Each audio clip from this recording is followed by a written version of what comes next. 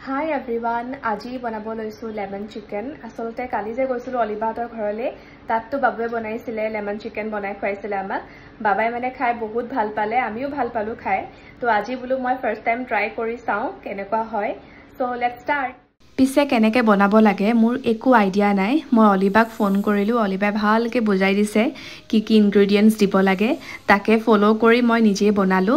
আৰু আটাইতকৈ ইন্টাৰেষ্টিং কথাটো হ'ল যে অকনমান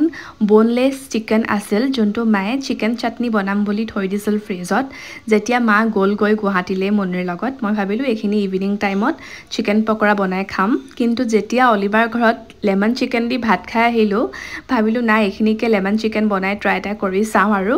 আৰু খাবলে বেয়া হোৱা নাছিল দেই বাবাই মানে ভাল পাইছে খাই আৰু যদি কোনোবাই ট্ৰাই কৰি পোৱা নাই লেমন চিকেন এবাৰ ট্ৰাই কৰিব পাৰে বেয়া লাগা নাই বাৰু খাবলে ময়ো ভালে পাইছো সো আজিলৈ মানে দিয়ক বাই